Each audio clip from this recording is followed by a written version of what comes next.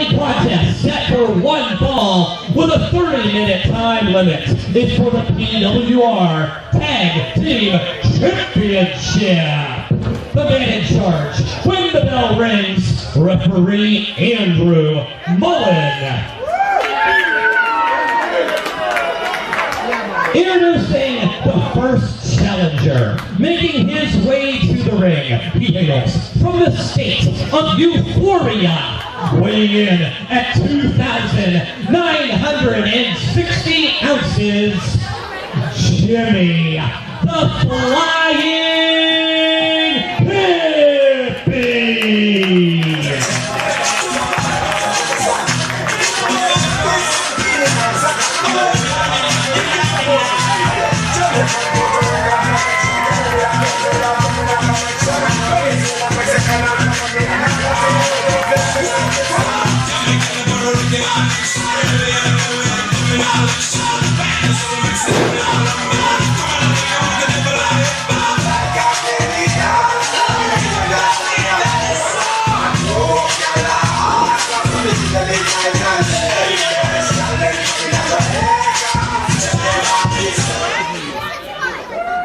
What's up, here?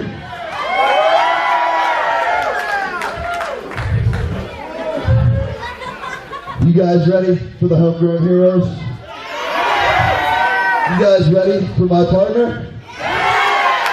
Are you guys ready to watch us step over a heap of blood and make up the bodies as we roll our PWR tag titles out of this bitch? Alright, let's do it.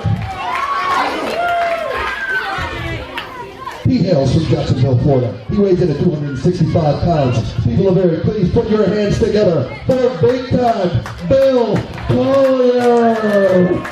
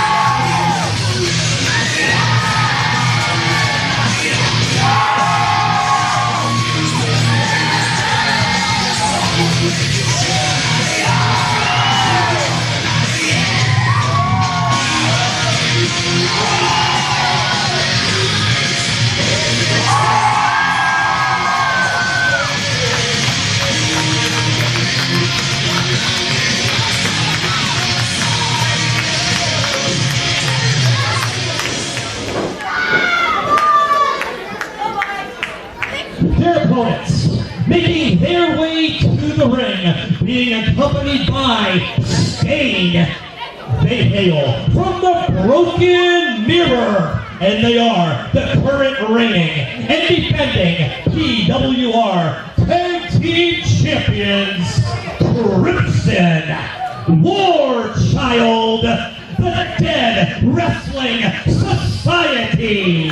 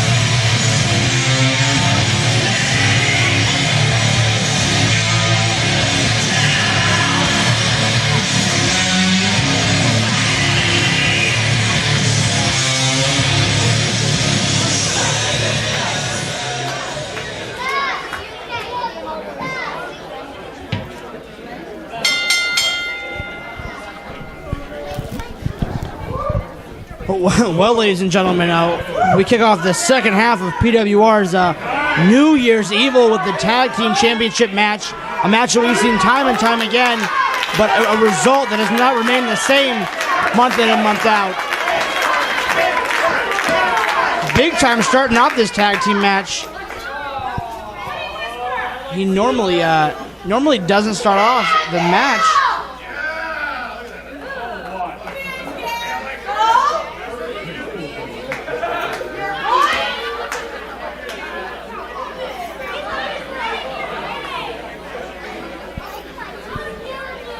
The stare down from Bill Collier, War Child. Those titles are on the line, and to some that might mean all about the titles. It might be all about the titles to some, but to others, it's about pure revenge, about pain.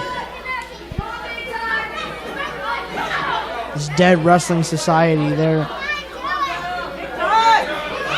like nothing else I've ever seen before. Give you goosebumps as soon as they walk into the room.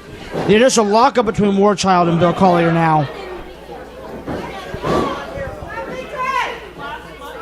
Both men trying to gain the upper hand here early on in the matchup.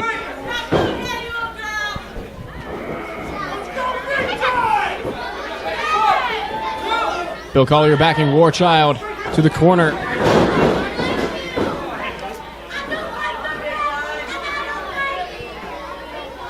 You know, I think we've established this before, but it's to go with saying one more time that Bill Collier is a monster, just like these other two gentlemen, except for minus all the blood and the paint.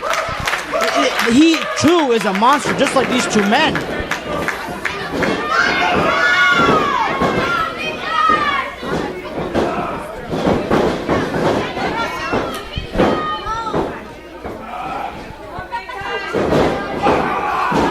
Go behind waistlock for Bill Collier, reversing the initial waistlock by War Child.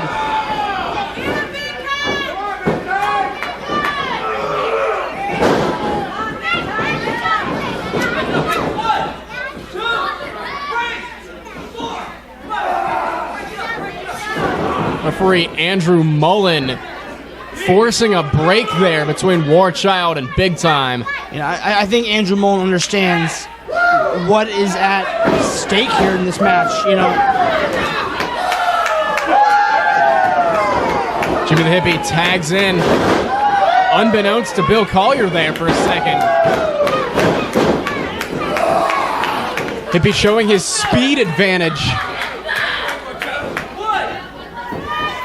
Of course, last month, December, we saw, towards the night before Christmas, a big six-man tag team match featuring these three members of the Dead Wrestling Society, as well as the Homegrown Heroes, and the returning Lumberjack LaRue, getting some sort of revenge against the Dead Wrestling Society.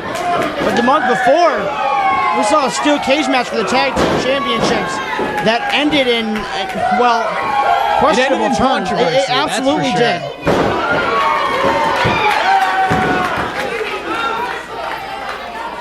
I believe we've yet to see a PWR Tag Team title match in which the Dead Wrestling Society, being champions, actually played a fair game. Oh, Jimmy's going to leave now. Jimmy's going to leave. Bill can do this one. Bill Collier with that stalling suplex to Crimson. I believe Crimson's feet going through the ceiling there for a second. Maybe a little bit there.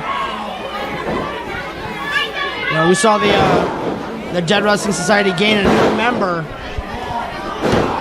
in Madison. Of course, necessarily we might not know her as Madison any longer. God only knows what her new name will be as James Santel, or the former man we used to know as James Santel, now Stain. Jimmy the Hippie runs into a quick clothesline from Crimson. War Child tags in now. Shots to the midsection of Hippie.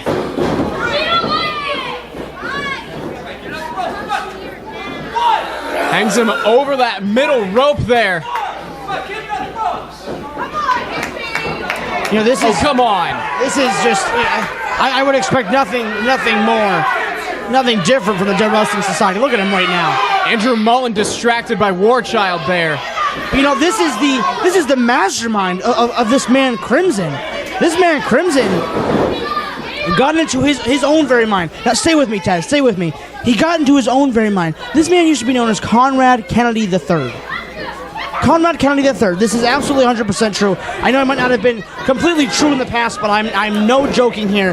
This man used to be Conrad Kennedy III. Reinvented himself.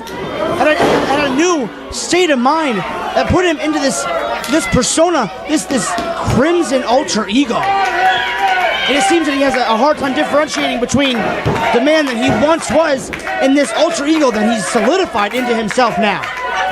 This mastermind has done this very same thing with every single member of the Dead Wrestling Society. He has stripped them of who they used to be and have given them a completely different alter ego. And now we have alter egos like Stain and like Warchild, who was once John Bolin, a man who was quite the rising star, headed on his way to a company known as Total Nonstop Action. He didn't make it. Crimson took him under his wing, and we have what we see here in Warchild. This Crimson, this is a family, as eerie and twisted as it is to say. This is a family. It just makes you think, how many more members could there be to the Dead Wrestling Society that we don't know about? Absolutely. If you know the history of the Dead Wrestling Society all over the country, you know that members have come and members have gone, but one member has stayed true the entire time, and that man is Crimson. Elbow from Hippie to the face of Crimson. Trying to fight back here.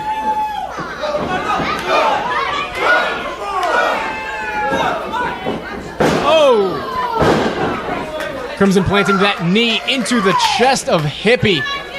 Looking for a pin attempt. 1, 2. Hippie kicking out at 2.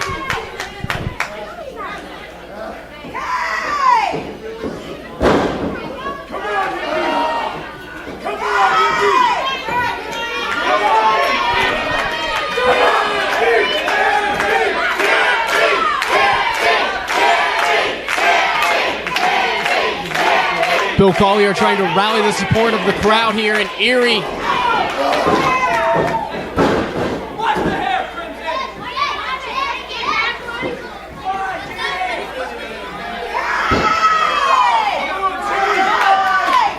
Crimson up to that second rope.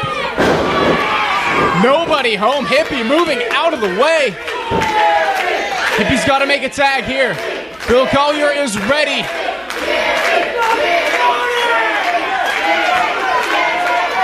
And there it is. Bill Collier tagged into this match. Takes out Warchild. Crimson. Small package. 1, 2. Bill Collier kicks out. Clothesline to Crimson. And another one. Bill Collier now, what's he looking for? Big fall-away slam. Throwing Crimson across the ring. And a kip up by Bill Collier. He's quite the athlete, ladies and gentlemen. Pillow to post, big splash in the corner. Big clothesline from Bill Collier. Puts his Warchild in, breaks up the pin attempt. Kicks Bill Collier out of the ring. Jimmy the Hippie up top, though, looking for something big. Big crossbody. Wait, he rolls through. Though, is Warchild.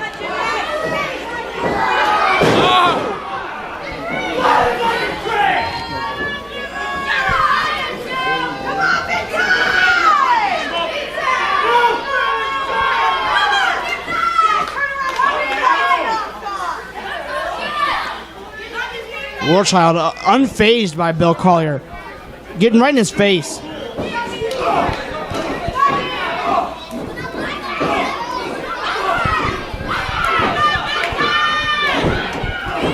Both men definitely the muscle of their respective teams.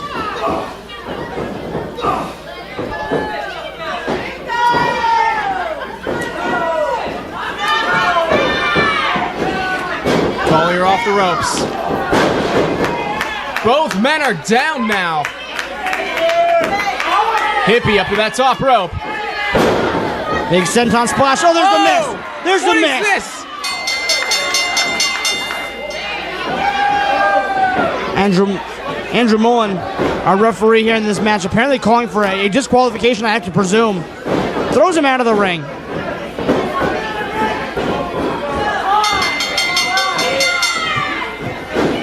And this is just a 3-on-1 assault on Jimmy the Hippie. This is exactly the way these men came into this promotion. They came in and they blindsided Jimmy the high-flying hippie. They grounded him. And they made it a 3-on-1 attack. 2-on-1 at the time. Bill Collier with an equalizer now. I don't think anybody sees him. Oh, poor Stain. This is not going to end well. Crimson War Child exiting the ring, leaving their lackey Sting in there with big time Bill Collier and his big time steel chair. Yeah. This is going to be some big time pain. Look at Crimson and War Child. I don't know if we can get a camera on them. They're just backing away. Whoa. Oh! Bill Collier with that big time combo.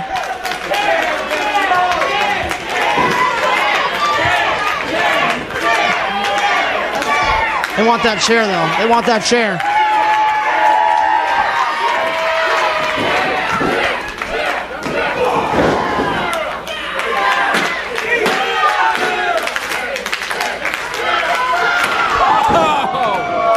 Big time Bill Collier cracking that steel chair over the spine of Stain.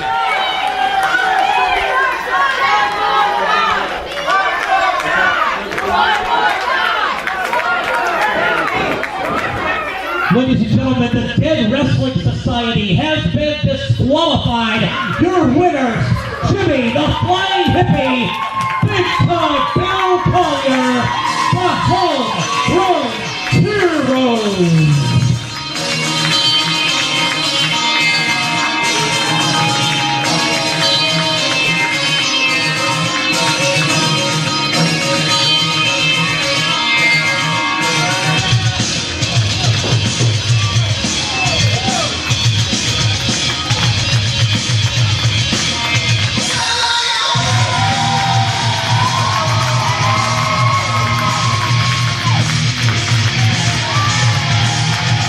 Well, of course, tonight, the Dead Wrestling Society pulling out what they usually do, pulling their usual shtick, going ahead and spitting that mist in Jimmy's eyes, taking the easy way out.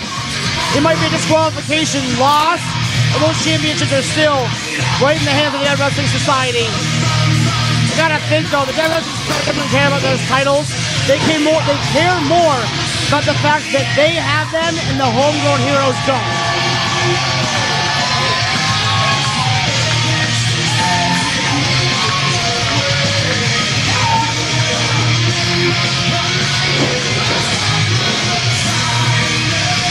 Someone tells me this is not over between the Homegrown Heroes and the Dead Wrestling Society.